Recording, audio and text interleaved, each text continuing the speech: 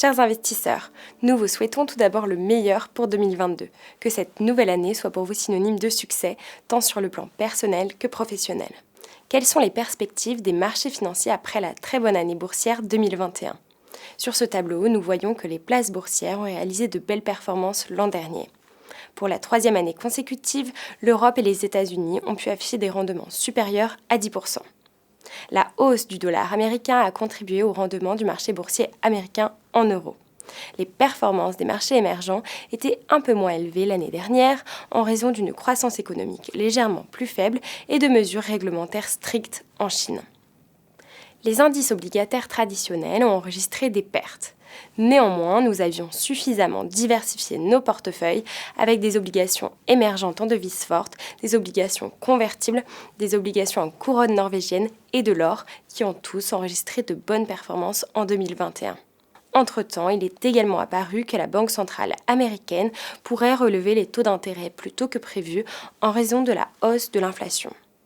Cela a entraîné une chute du cours des actions mondiales à l'occasion du Nouvel An, comme le montre ce graphique. Toutefois, ce début d'année en demi-teinte ne modifie pas notre vision globale qui reste que les actions constituent notre classe d'actifs de prédilection. Le cœur d'un portefeuille d'actions doit rester constitué de positions qui bénéficient d'un certain nombre de tendances à long terme. C'est pourquoi nous investissons dans des actions de qualité du secteur de la santé, dans des actions liées au climat et dans des entreprises innovantes. À cela viennent s'ajouter des actions européennes et des actifs émergents, l'accent étant mis sur les actions chinoises qui bénéficient de l'évolution favorable du marché intérieur chinois. Nous continuons à investir dans des actions value, notamment les valeurs financières, mais aussi les petites et moyennes capitalisations. Nous prévoyons que l'inflation et la politique monétaire augmenteront la volatilité au début de l'année 2022.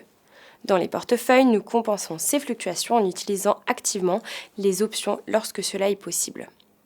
Au cours de l'année 2022, l'inflation devrait toutefois commencer à diminuer, en particulier en Europe. Nous prévoyons une nouvelle hausse limitée des taux sans pour autant que cela mette en péril l'attractivité des actions.